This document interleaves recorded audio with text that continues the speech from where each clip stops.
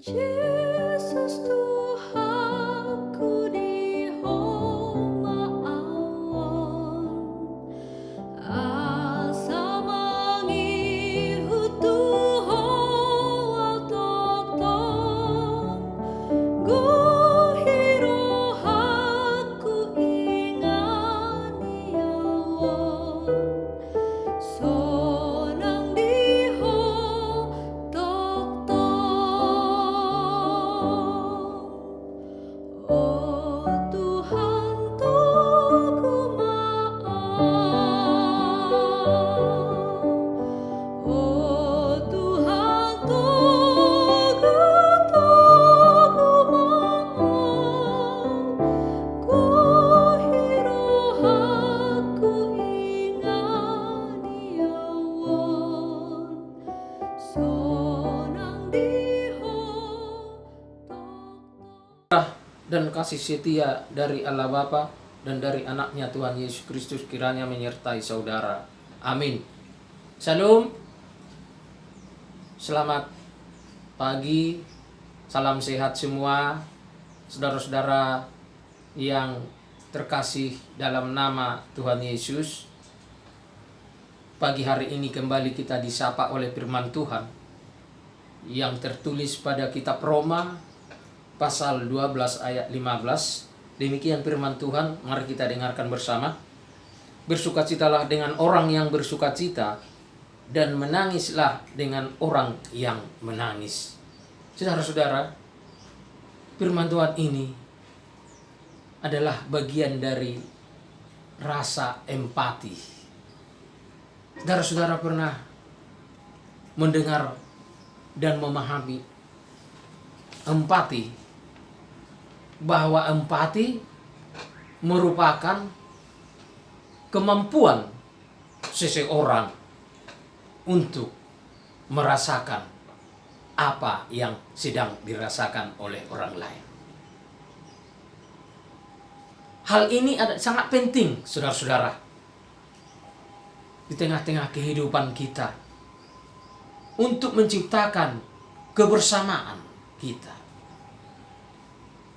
Saudara-saudara, apa yang disuarakan oleh Paulus melalui renungan ini adalah bagaimana kita mampu merasakan apa yang sedang dirasakan oleh orang lain.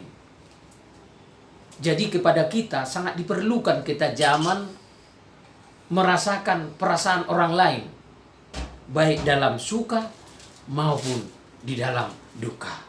Oleh karena itu, hendaklah jangan ada kecemburuan di dalam hati kita ketika melihat orang lain senang, ketika melihat orang lain bersukacita, dan sebaliknya.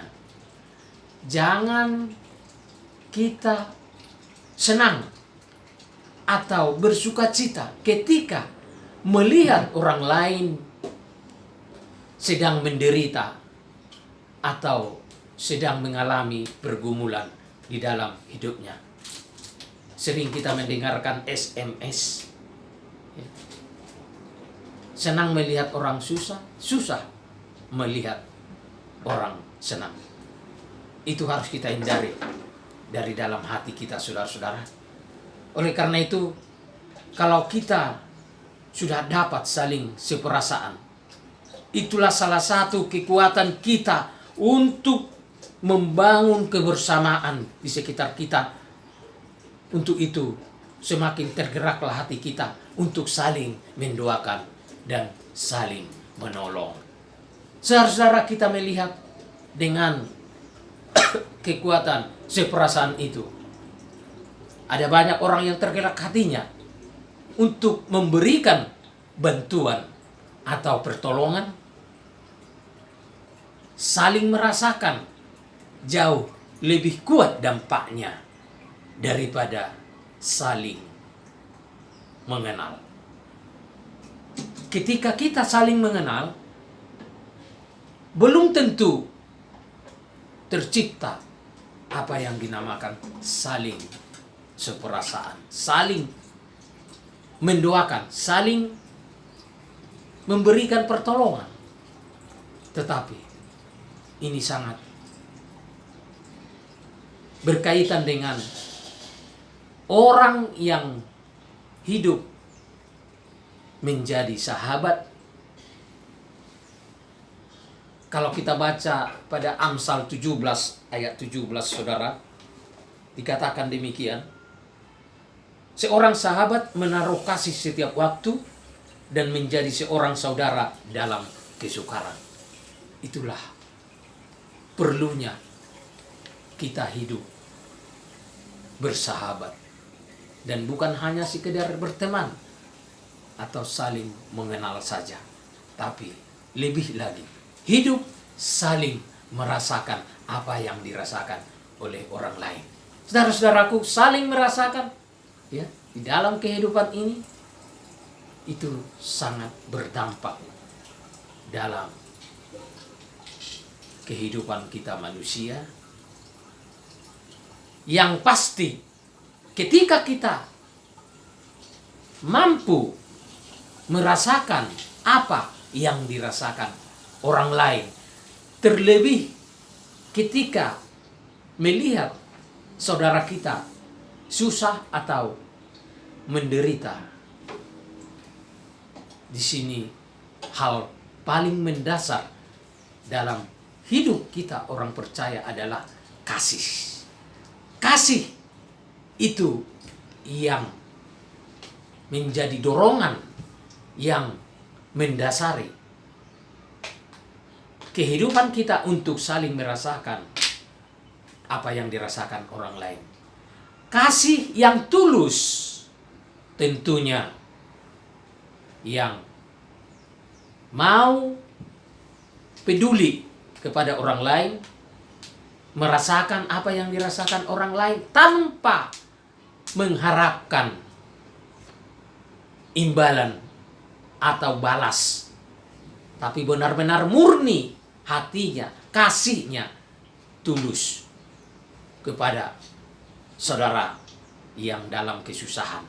Itulah makna terdalam daripada hidup untuk saling merasakan apa yang dirasakan orang lain.